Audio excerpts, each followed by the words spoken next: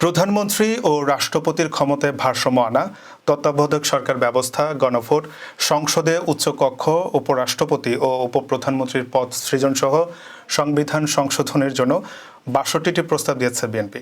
সংবিধান সংস্কার কমিশনের কাছে এসব প্রস্তাব জমা দিয়েছে দলটি।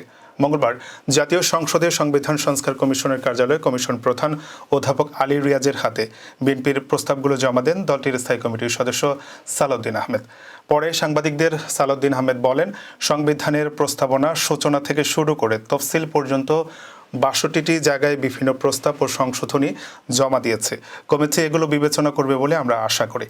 সালাউদ্দিন বলেন, প্রস্তাবনার মূল অংশে বাংলাদেশের রাজনীতির চরিত্র পরিবর্তনের বিধান ১৫তম সংশোধনীর মাধ্যমে আওয়ামী লীগ করেছিল। সেগুলো সহ বিএনপি কিছু নতুন প্রস্তাব দিয়েছে বলে জানান সালাউদ্দিন আহমেদ।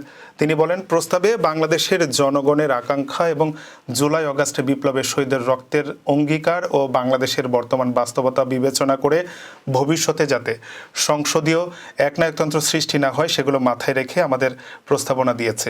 প্রধানমন্ত্রী ও রাষ্ট্রপতির ক্ষমতায় ভারসাম্য আনার প্রস্তাব দেওয়া হয়েছে জানিয়ে তিনি বলেন, পরপর দুইবারের বেশি কেউ প্রধানমন্ত্রীর পদে যেন আসীন না হয় সেই বিধান রাখতে বলেছে।